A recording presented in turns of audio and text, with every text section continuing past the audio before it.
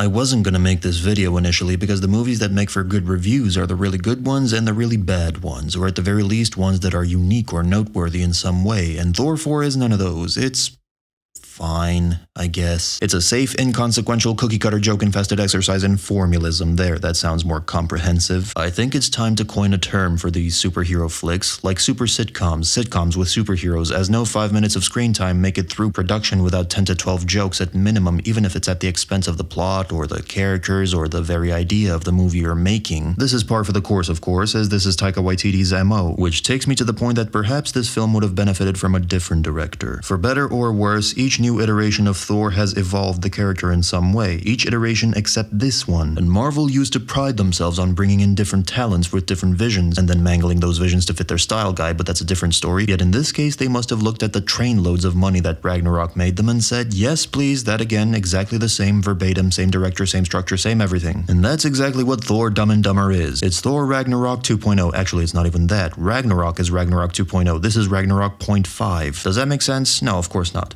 Neither does this film.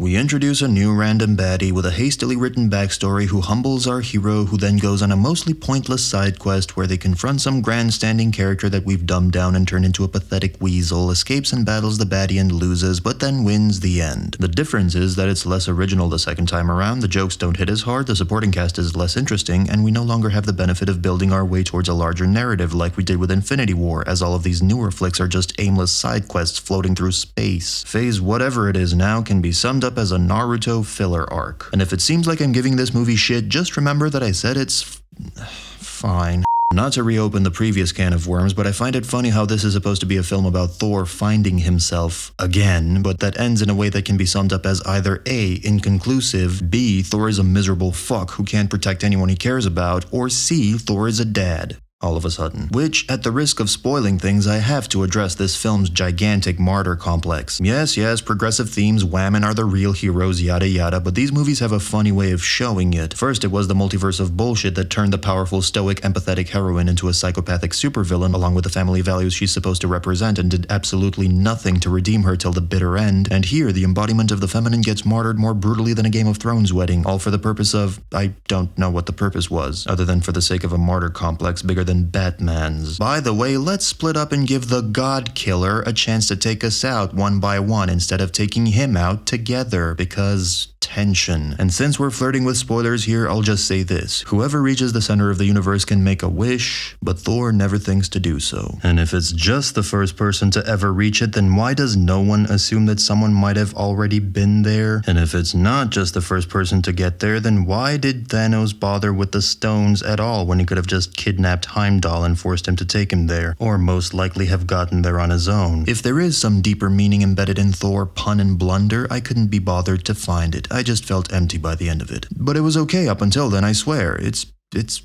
fine. Among the other pointless things Thor Duck and Dunder does is bringing back the underdeveloped Lady Sif for a couple jokes and nothing else, as well as bringing back all the thespian cameos, cause those were popular. So let's do it again.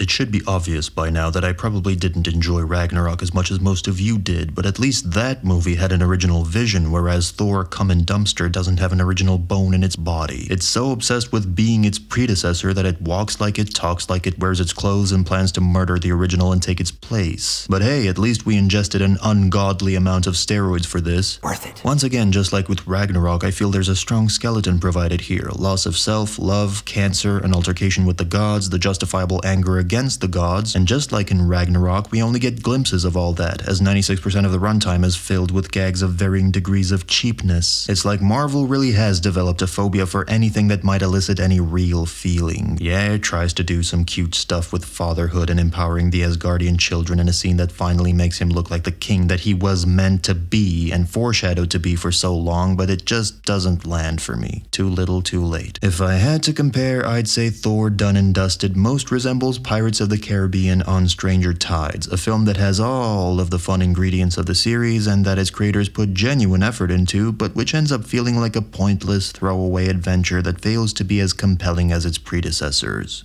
But it's fine.